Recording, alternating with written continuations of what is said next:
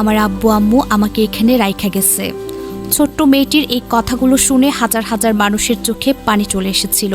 সামাজিক যোগাযোগ মাধ্যমে ছড়িয়ে পড়া ভিডিওটি দেখে অনেকেই বিশ্বাস করেছিলেন বাবা মায়ের বিচ্ছেদের কারণে একটি নিষ্পাপ শিশুকে অনাথ আশ্রমে ফেলে রেখে চলে যাওয়া হয়েছে।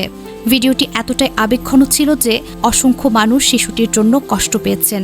অনেকে মন্তব্য করেছেন তারা শিশুটিকে দত্তক নিতে চান, অনেকে অনাথ আশ্রমের ঠিকানা খুঁজেছেন, অনেকে আবার শিশুটির ভবিষ্যৎ নিয়ে উদ্বেগ প্রকাশ করেছেন। কিন্তু পরে জানা যায় বাস্তবতা সম্পূর্ণ ভিন্ন। যে শিশুটিকে ঘিরে এত আবেগ, এত কান্না আর এত আলোচনা, সে কোনো অনাথ আশ্রমের পরিত্যক্ত শিশু নয়। সে একটি ডিজিটাল কন্টেন্ট ও শর্ট ড্রামা টিমের সদস্য। প্রবাসী মেয়ে রানু নামের একটি পেজে নিয়মিত অভিনয় করে সে।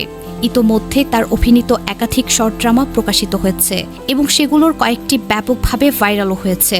অর্থাৎ যে ঘটনাকে বাস্তব মনে করে লাখো মানুষ আবেগে ভেসেছেন, সেটি আসলে একটি অভিনয় ভিত্তিক কন্টেন্ট ছিল। এখানেই সবচেয়ে বড় প্রশ্নটা সামনে আসে।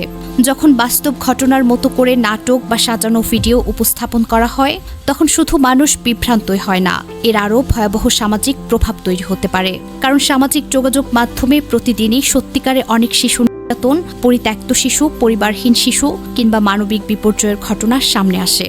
কিন্তু বারবার এমন আবেগ নির্ভর সাজানো কন্টেন্ট ভাইরাল হলে মানুষের মধ্যে এক ধরনের অবিশ্বাস তৈরি হয়।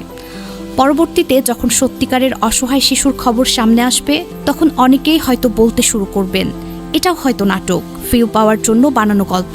এগুলো বিশ্বাস করার কিছু নেই। ফলে সবচেয়ে বড় ক্ষতিটা হয় প্রকৃত ভুক্তভোগীদের, যারা সত্যিই সাহায্যের প্রয়োজন নিয়ে সামনে আসে।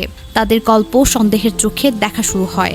সামাজিক যোগাযোগ মাধ্যমে ভিউ, রিচ কিংবা আবেগ নির্ভর জনপ্রিয়তার জন্য এমন কন্টেন্ট তৈরি করা হয়তো সহজ, কিন্তু এর দীর্ঘমেয়াদী প্রভাব অত্যন্ত ভয়ঙ্কর। কারণ মানুষের সহানুভূতি একবার ক্ষতিগ্রস্ত হলে ভবিষ্যতে সত্যিকারের আর্তনাদ অনেক সময় মানুষের হৃদয় পর্যন্ত পৌঁছাতে পারে না। একটি সমাজের জন্য এটি খুবই উদ্বেগজনক। তাই আবেগঘন কোনো ভিডিও বা গল্প দেখলে সেটি শেয়ার করার আগে সত্যতা যাচাই করা জরুরি। কারণ একটি মিথ্যে গল্প শুধু মানুষকে বিভ্রান্তই করে না, অনেক সময় একটি সত্যিকারের মানবিক সংকটকেও আড়াল করে দেয়।